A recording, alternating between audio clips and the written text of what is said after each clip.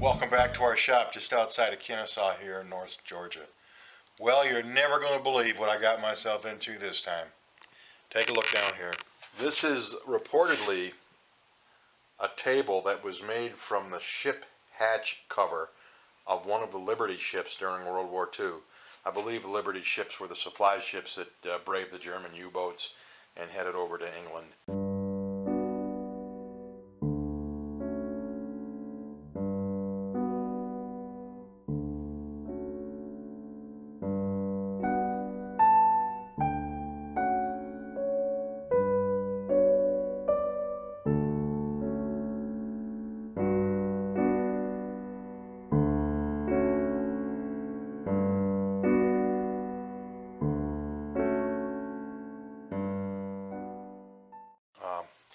I was out today and I came across this. It has a wrought iron base for it, and the gentleman that owned it had become frustrated with it to the point that he just gave it to me. And the story that he gave me was that his father-in-law was on one of these Liberty ships and had this made from the hatch of one of the Liberty ships. And somewhere along the line, it was covered in a plastic. It's about a 1/4 inch thick. I initially thought it was that epoxy that you pour on, but I'm beginning to think that it was probably a sheet of plastic that was heat melted and formed, maybe vacuum formed over top of this. I don't know how to get this off, but my first thought was heat, and I tried a little heat, and it looks like it's coming off. I mean, you can see here that it was, if it was poured, it went right down inside these cracks here. There are two large holes in the hatch that are completely filled, but it's brass or bronze bound, it's cast iron, it's got gorgeous patina, and I'm going to do everything I can to save it.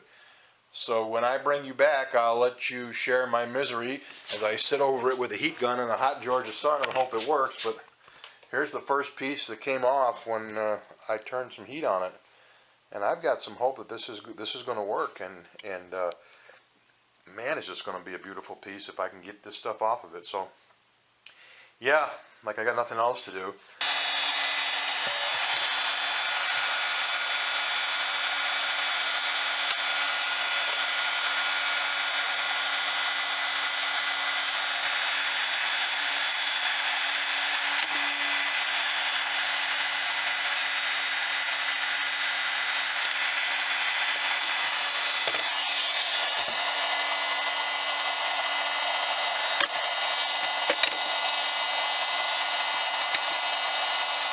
I can tell the heat is working on this plastic because it's starting to smell.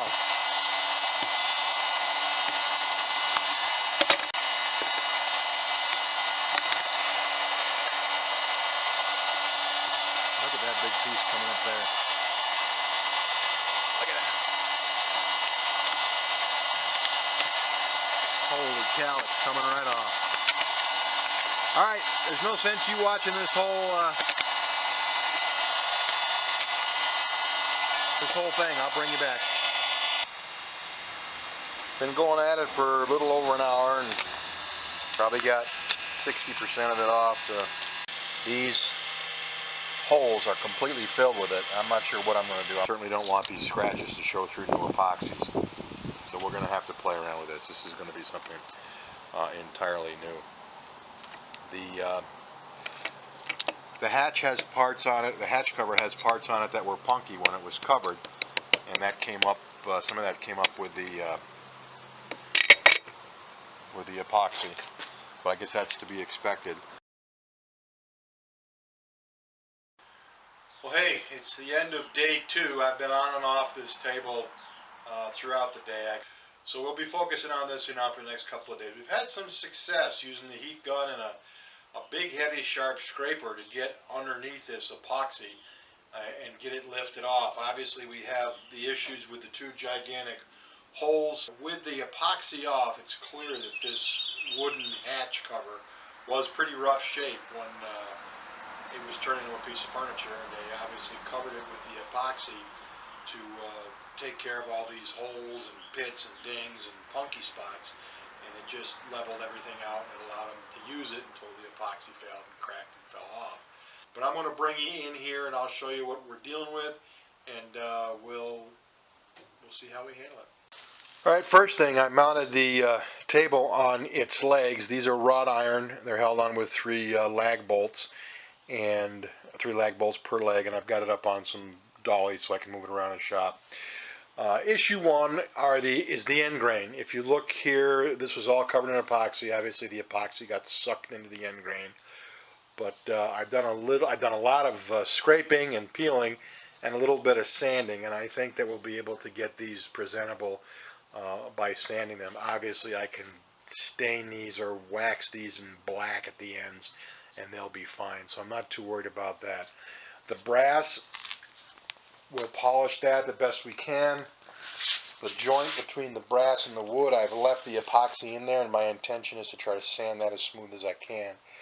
The wood itself is just pitted and dinged and scraped and scratched, and big gouges are still filled with epoxy. And then here's the major issue that we have, is how to handle these. This goes probably 2/3 of the way through the door, to the hatch cover. So I imagine it's at least 2 inches deep. It's solid poured epoxy. Now, if I could get this piece off here easily, I could consider digging all of this out, but this is not screwed in. It's run in with a brass, it's a brass rod. I don't know if it's a giant brass nail or what it is. I see the end of it sticking out on the back on one of them, and there's no threads. So that's not coming out easy, particularly since it's still adhered underneath. So there we are. At least we're down to wood, and we've got something to work with. All right, well, listen, that's the end of day 2. I'll bring you back when we get working on this again tomorrow.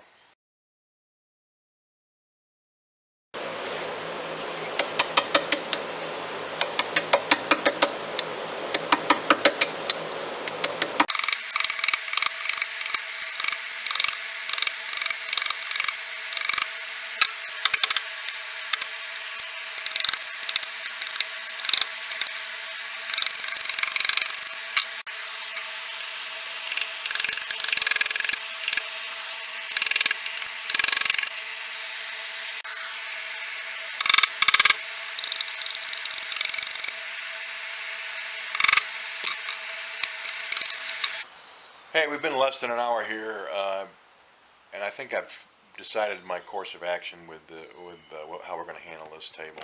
What I did is I chiseled and picked off every bit of epoxy that was proud of the surface, or that I could get out of a shallow hole. Anything that's buried in a deep crack, like over here, I'm going to leave. And I have to sand this piece. I'd rather not. Obviously, I want to leave the patina. But it's rough and it's splintery, and it's just not usable as a piece of furniture the way it is. So what I'm going to do is use a random orbit sander instead of a belt sander with 60 grit paper on it, and just start at one end and go to the other end and see how it looks once it's all sanded down. And then I'll go from there. So I got to get this brushed off and get the sander set up, and then I'll bring you back. We've moved the table outside to keep the dust in the shop down to a minimum. I got the door shut to the shop. I've got my respirator there. I don't want to be breathing either this sawdust or this epoxy dust. And a fresh pack of sandpaper, my random orbit sander, a stool, and my patience. Let's see how it goes.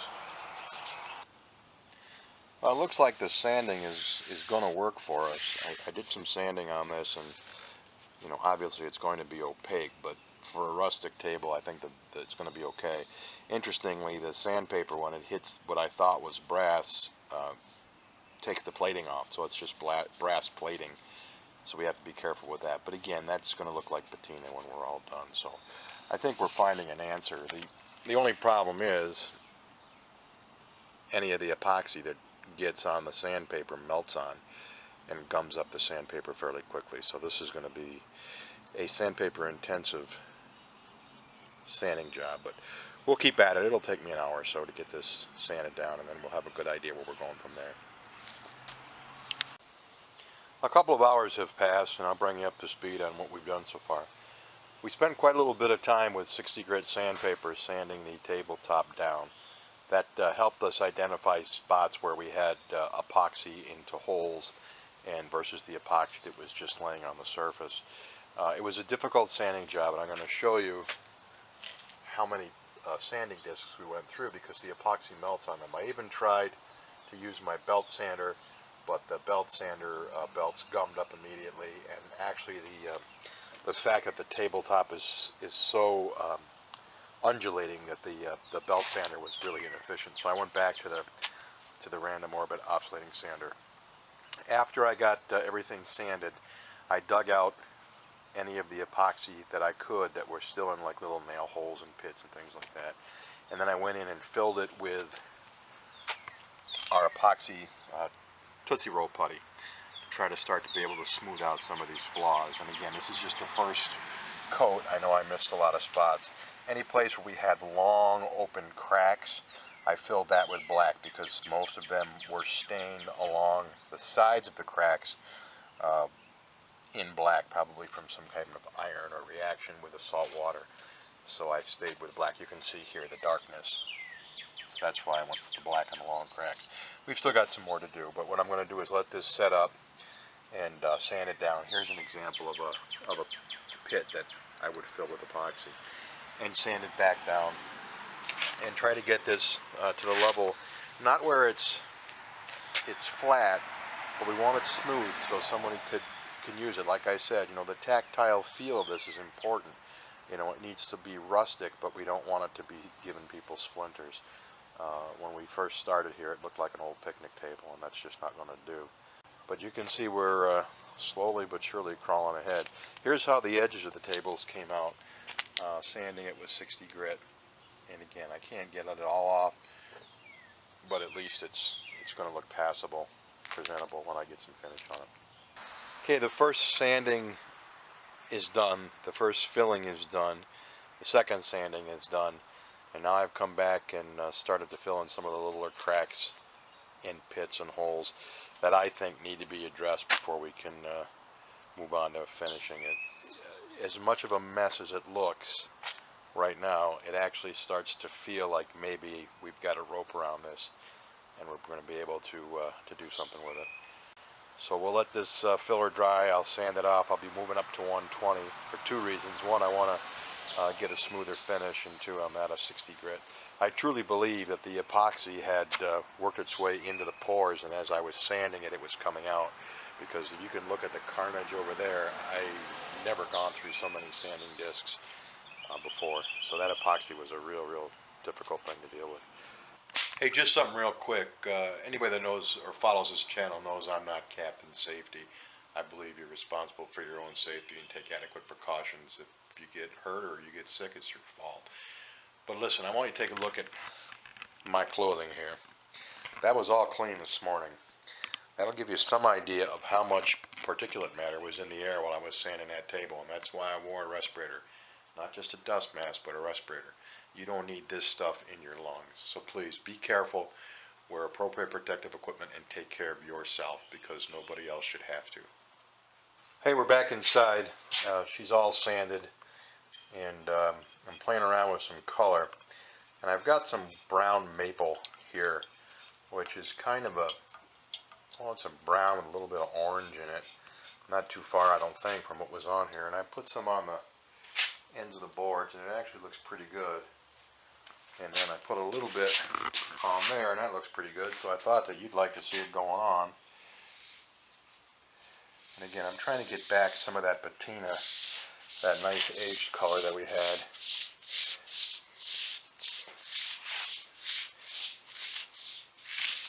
And I need to get this directly on the fill because I've got a lot of fill on here, and it's all different color. All right, let me get this stain on. It's actually looking pretty good, and I'll bring you back. Okay, we got the first coat of color on, and I'm pretty happy with the way the color looks. We have a lot of places where epoxy fill is going to have to be touched out, but we expected that. This was the epoxy fill that we did in a light color, which actually matched the color of the wood at the time. And then this is the black that we used in various places. The black seems to blend in much better. Disappointed that these are not solid brass. I thought they were. They're simply brass plated or brass colored. Actually, I mean, there's just really nothing on there. We're going to have to leave those as they are. We'll just spray color over them. I can't polish them, or I'll take all that yellow color off, the brass color. There's nothing I can do with that. Because we have so much cracking and checking in this old boards, I've decided to seal it with seal coat, which, as you know, is a de-wax shellac. It's about 2-pound cut, and it'll penetrate into the wood very well and help us get this sealed up before we start to worry about adding color or top coat. I just apply it with a foam brush and let it dry. I'll let you see a few strokes and then we'll bring you back for the next step.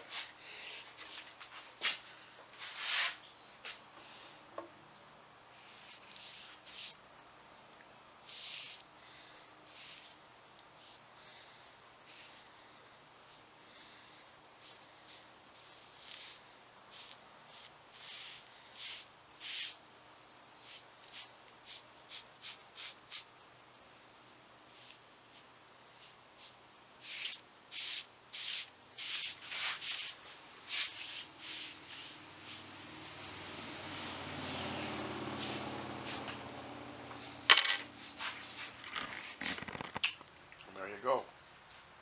Okay, let me get the rest of the table done. I've mixed up some West System epoxy, and I've got the area around the, I guess what you call the picking hole, taped off. And let's pour some epoxy into the voids.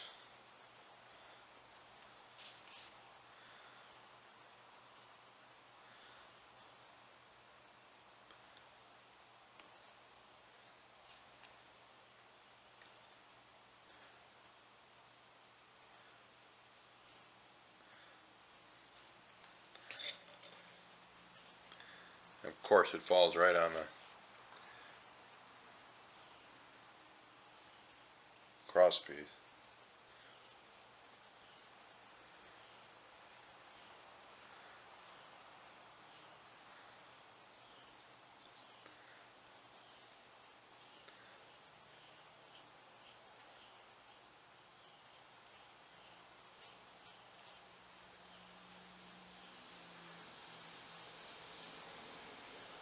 Well, you know what's amazing about this, and maybe I should have realized it, but I didn't, is that with this epoxy wet, it is making this crystal clear. And I guess I should have realized that the surface scratches were what was occluding the view, but if this stays like this, this is going to be a very pleasant surprise.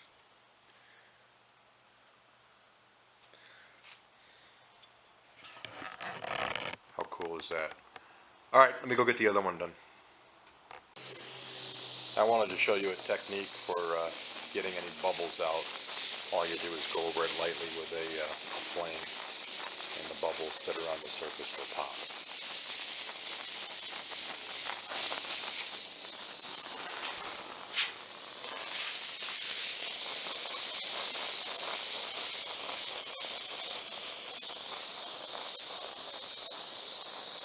Make sure you don't set your tape on fire.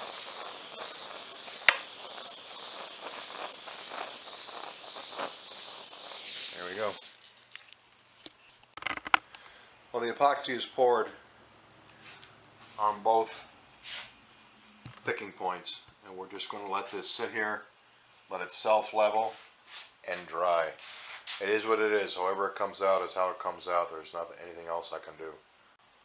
And I'm going to start on the color touch-outs. What I've got is some burnt sienna, some raw sienna, some antique white, and some perfect brown, as well as some black French padding liquid, which I use to carry the color over. And I'm just going to try to blend these in a little bit better than they are. And let's see what we can do here.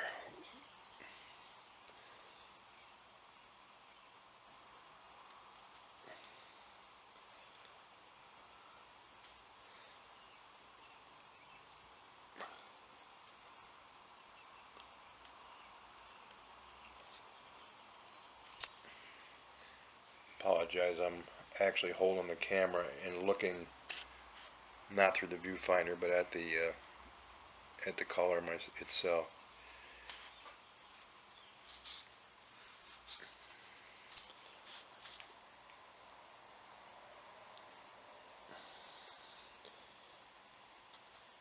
All right, and what I did there is to carry this grain line right through the patch by coloring a little bit darker underneath,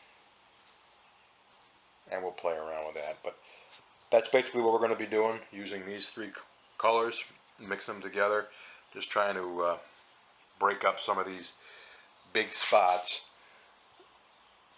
and understand they'll be under, you know, multiple coats of top coat and color, so they're not going to be as brilliantly different as they are now. They'll kind of tone down when we get some top coat on them, but that's what we're going to be doing. All right.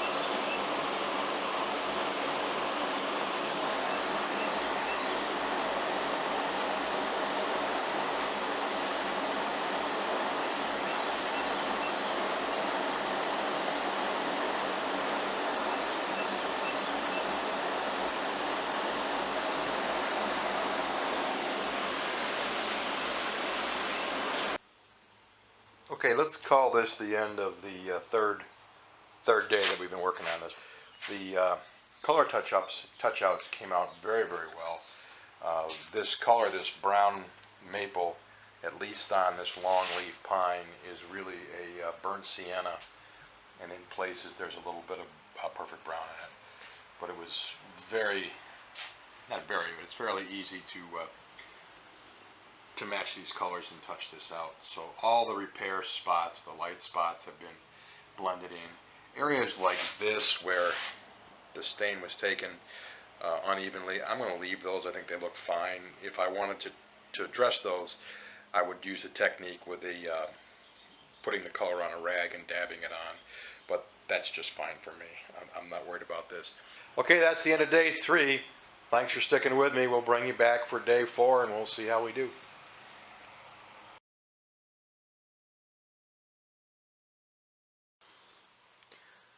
Well, I changed my mind. I decided to put the first coat of polyurethane on. The epoxy had dried. The color was fast. So on went the first coat of semi-gloss polyurethane. And I think the epoxy repair came out very nice. The poly went on well. No problems, no indication of any kind of silicone issues, so it's looking pretty good. Well, good morning. The first coat of polyurethane is dry and the table looks great. Let me show it to you. We've got that nice pumpkin color that we were hoping for. The brass plated strapping came out fairly well. What we're going to do with this is, after all the polyurethane is done, I'm just going to spray a light coat of lacquer over these to protect them. The epoxy repairs are magnificent. I couldn't have asked for anything better than that. The table looks great.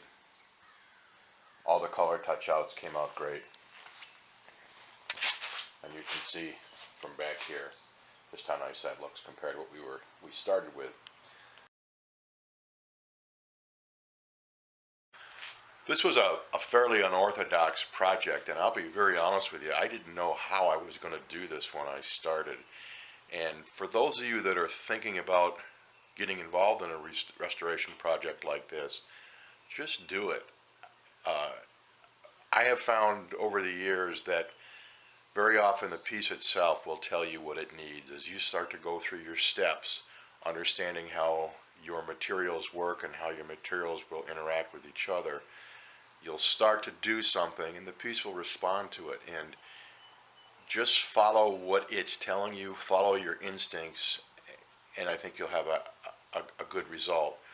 This piece baffled me right up until the time I had it sanded off. And once I sanded off that original epoxy and the original finish, what little was on there, it became clear to me that I knew, excuse me, exactly where we were going to go with this.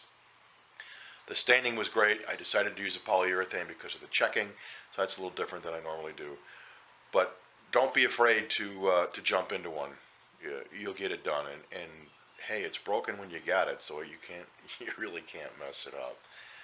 So all I've got really left to do on this table is I'll sand it by hand later this afternoon with some 320, put a second coat of polyurethane on it, see how that looks. I think that'll probably be plenty. And then I'll just clean up the legs and she'll be ready to go.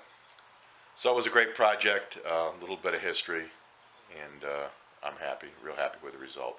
So listen, from our shop just outside of Kennesaw here in North Georgia, best regards, thanks for watching, take good care, we'll see you next video, bye.